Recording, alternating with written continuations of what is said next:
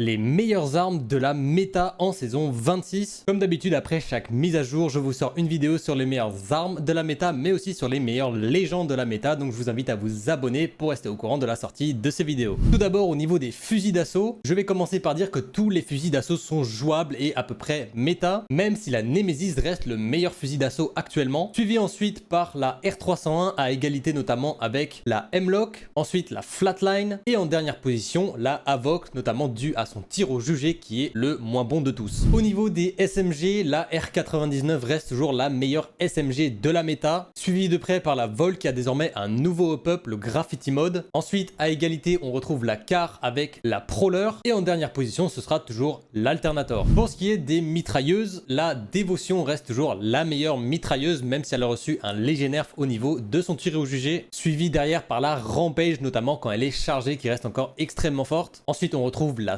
Spitfire qui reste tout à fait jouable. Et en dernière position, on retrouve la Hellstar qui a le moins bon tir au jugé de toutes les mitrailleuses et qui est donc en dernière position. Ensuite, pour les armes à longue portée, le Repeater 3030 reste la meilleure arme de cette catégorie, notamment depuis que le Skull Piercer, le démon de crâne, est intégré à l'arme. Suivi de près toujours par le G7 Scout qui reste encore très fort et totalement méta. Le Triple Take qui lui est toujours une arme rouge reste encore très fort aussi. Et en dernière position, on retrouve le Bocek. Ensuite, pour ce qui est des snipers, rien n'a changé, donc le Crabber reste toujours la meilleure arme évidemment de cette catégorie et est tout à fait méta. Et pour ce qui est des autres snipers de cette catégorie, comme par exemple le Sentinel, le Charge Rifle avec un Select Fire mais qui est désormais intégré à l'arme, ou encore le Longbow, ces armes sont tout à fait jouables mais elles sont pas réellement méta, notamment dû à leur manque de polyvalence et donc dû au fait qu'elles soient uniquement jouables à très longue portée. Ensuite, au niveau des pistolets, le RE45 a subi un rework. J'ai fait une vidéo entière sur ce rework que je vous invite à aller regarder, mais grâce à ce rework, il est désormais totalement méta et est une des meilleures armes actuellement même de la méta. Les P20 Akimbo quant à eux sont passés dans le Care Package et sont donc également méta. Et quant au Wingman, lui il reste encore un petit peu faible et donc n'est pas vraiment méta même s'il est jouable. Et finalement, pour les fusils à pompe, le Peacekeeper revient au sol et reste encore très fort, donc est totalement méta. Les Mozambique Akimbo quant à eux ont subi aussi un léger buff qui les rend totalement jouables, ce qui les place à peu près au même niveau que l'Eva 8. Et en dernière position, on retrouve le Mastiff qui, avec l'arrivée du Peacekeeper au sol, se fait un petit peu mettre en retrait et qui est désormais un petit peu moins fort et donc pas totalement méta. Faites-moi savoir ce que vous pensez de la méta des armes en commentaire. Et puis comme d'habitude, n'oubliez pas de like la vidéo, de la partager, mais surtout de vous abonner pour la vidéo sur les meilleures légendes de la méta que je vais vous sortir très prochainement. Et puis pour plein de contenu sur l'actualité d'Apex Legends, du contenu pédagogique ou encore du contenu à haut niveau sur le jeu, ça me soutient énormément. Merci à vous et on se retrouve très bientôt